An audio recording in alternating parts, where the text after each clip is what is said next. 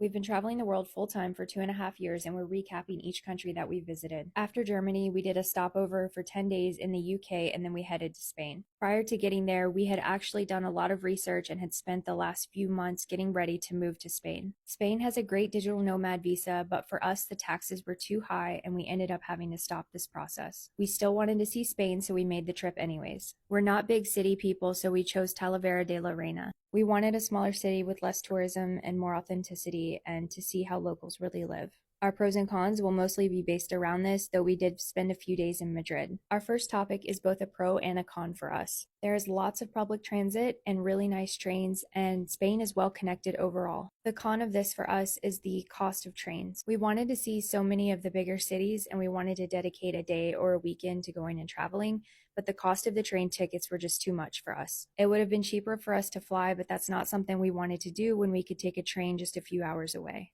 In bigger cities like Madrid, there's lots of public transit, but something smaller like Talavera de la Reina, you're very limited and usually just a few buses. And while it's more limited, it was still enough for us, and Talavera is small enough that a lot of things could be walked to. The next pro/con would have to be the slower pace of life. This video is taken at 10 a.m. on a Sunday, and we were downtown. With that being said, it's still a lot like Italy, where you have places closed down from like 1 to 5 p.m. So it can really limit you if you need things during that time. Our next pro would be nature.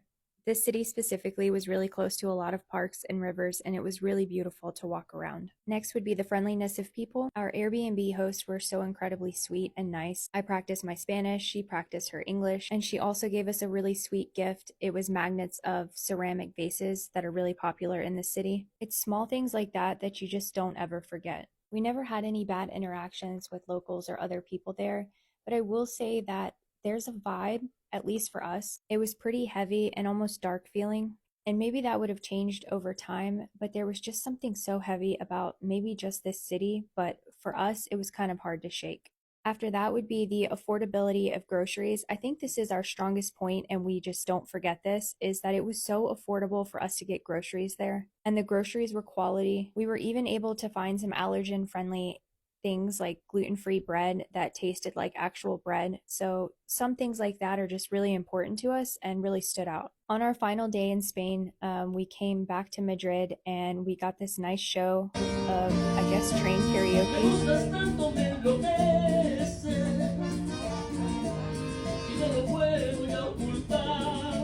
I don't think everyone enjoyed it because you can see their faces, but for us, we thought it was pretty cool. And obviously, he killed it. While you can get out early in Spain and go get your morning walk in peace, at the same time, you will also see people still partying from the night before.